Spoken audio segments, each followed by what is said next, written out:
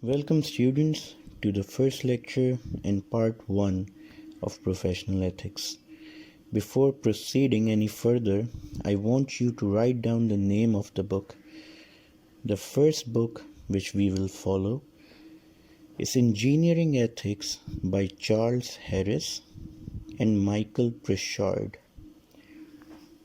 The second book is Ethics, Technology and Engineering by Van Diepoel and Lambert Roykers. I will try to speak as slowly as possible for you to understand all the concepts. First, we will talk about misconceptions regarding the course of professional ethics. Students think that they are being taught this subject because we consider them to be unethical, which is not true at all. There is a big difference between personal ethics, which we acquire from society, family, and religion, and professional ethics, which mainly focuses on our professional behavior and etiquettes. Something that might not be acceptable in your personal ethics can very much be a norm in professional environment. For example, you might not like a person because of his political or religious ideology. But when it comes to professionalism, you have to be loyal towards your profession by practicing impartiality and equality towards all. Ethics is basically a branch of knowledge that deals with morality. And morality discriminates between right and wrong, or good and evil. As I earlier mentioned, that the right and wrong is strictly in professional sense, not in personal capacity.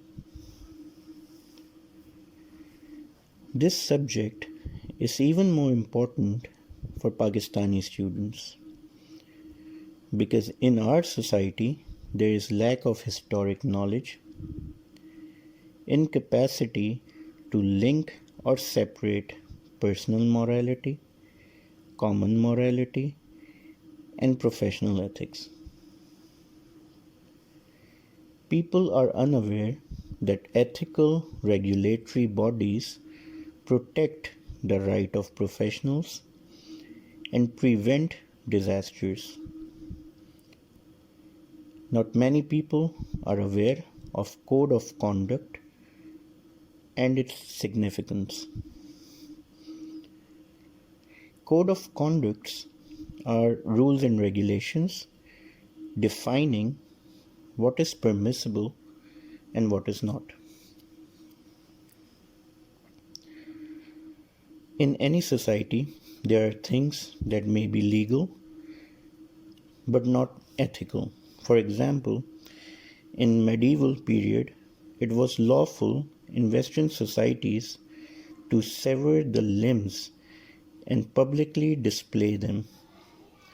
This punishment was for traitors. It was at that time legal but unethical. Similarly, in these days, punishment for murder is different all over the world. For example, the maximum penalty for this crime in Australia and Canada is life imprisonment. In Pakistan, it is by hanging. In Saudi Arabia, through blade. Now, people can argue which is the best method, but this is the law of every country. In the next lecture, we will focus on the term profession. Thank you for listening. Welcome to lecture number 1, part 2 of professional ethics. In this lecture, we will talk about the term profession. Profession evolved from profess, which meant an act of commitment to a way of life. In earlier 17th century, this term was more religious and points to the monastic vows of a person to live a life according to religious ideology. A person would go in the middle of the marketplace and openly profess that from now on I will live a pious life. Later, this religious terminology becomes secular after church gained political control and rogue elements started to use religion as a tool of power. The darkest period was that of Inquisition, when so-called religious clerics would go house to house to inquire about the religious beliefs and family background of inhabitants. They used to torture people having Jewish ancestry. Later on, this influence of church weakened and the term profess that was religious became secular. Now, profess or profession means an act of commitment towards the field of engineering or medicine, law, etc. In this part of the lecture, we will talk about sociological analysis of professionalism, which can be used to differentiate between an occupation and profession. It also defines characteristics that are mark of professional status. More characters an occupation has, more secure it is in professional status. The characteristics of sociological analysis of professionalism are as follows. Number 1, extensive training. Number 2, vital knowledge and skills. Number 3, control of services. 4, autonomy at workplace. 5, claims to ethical regulation. In next lectures, I will explore each characteristic one by one. This is lecture 1, part 4 of professional ethics. And our topic is extensive training, which is the first point of sociological analysis of professionalism. An individual must go through an extensive training based on coursework, attendance, assignment, quizzes, etc. This is a period of 4 to 5 years, theoretical knowledge followed by practical training. This sort of extensive training is a trademark of every professional education, from engineering to the field of medicine. Many of the occupations also claim that their technicians had to pass through some sort of training to become experts. But a professional training is much different than that. It is monitored, regularized in order to keep the same standard throughout the globe. The second point of sociological analysis of professionalism is vital knowledge and skills. You must have noticed the first year of both computer science and engineering. They are somewhat similar in terms of subject. But as you progress in your formal education, it starts to get more technical. The last 2 years cover the vital courses which set you apart from students of other discipline. We call this vital knowledge, which defines your field as computer engineers, telecom engineers, software engineers, computer scientists, or electronic engineers. Similarly, you acquire skills when trained in the final year through your final year projects. Doctors do house job, chartered accountants have articleship, lawyers have PLT, and all these trainings prepare you for the market. Thank you for listening. Point number 3 of sociological analysis of professionalism is control of services. Higher Education Commission and Pakistan Engineering Council accreditates and recognize only those institutions that display the best standards of education in our country.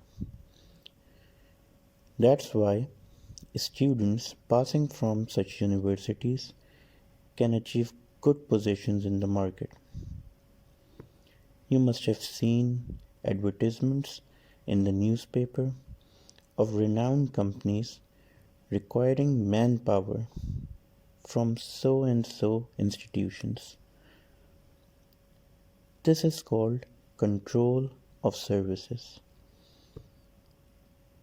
W category is assigned to best university and department by Higher Education Commission, and this status is used by universities and their graduates for acquiring control of services globally. The top positions in one of the finest industries and organizations are usually occupied by the graduates of universities recognized by PEC and HEC. Is autonomy at workplace. After extensive training, vital knowledge and skills, and control of services, a professional finally reaches a point where he can practice autonomy at workplace. That is making policies, decision making, and deciding the best way forward for the organization. This is a privilege that only professionals have. The individuals with diploma are highly competent, but because they lack professional education, it becomes an impediment for them. Most of you, after passing your professional education, will get training from such individuals, and later on will become their superiors. This privilege is all because of the title engineer. Initially, you will be bestowed with RE registered engineer, and after experience in clearing exams, one becomes professional engineer. All these titles give you freedom to act, and that freedom increases with time and experience, called autonomy at workplace. Thank you for listening. Up till now, you have seen and got introduction of 4 points of sociological analysis of professionalism. The last point, claims to ethical regulation, is something which you have to explore, so we can discuss it during our online class. Just to give you a review, in this lecture, we saw following things. We started off with the name of the book, which we will be following throughout the semester. Then we saw some of the misconceptions that are associated with this subject, professional ethics. We started the subject with the definition of ethics and how it relates to morality. After that, we discussed the importance of learning this subject in our country, since not even professionals are aware of their rights and responsibilities. They don't know the importance of code of conduct and how it prevents unlawful activities along with giving proper protection to the professionals. Then we discussed the term profession, and then we saw the sociological analysis of professionalism, which plays a very important role in distinguishing a profession from occupation. I also gave you an overview of the 4 characteristics of sociological analysis, and the 5th one will be explored by you. So we can discuss that in our online class.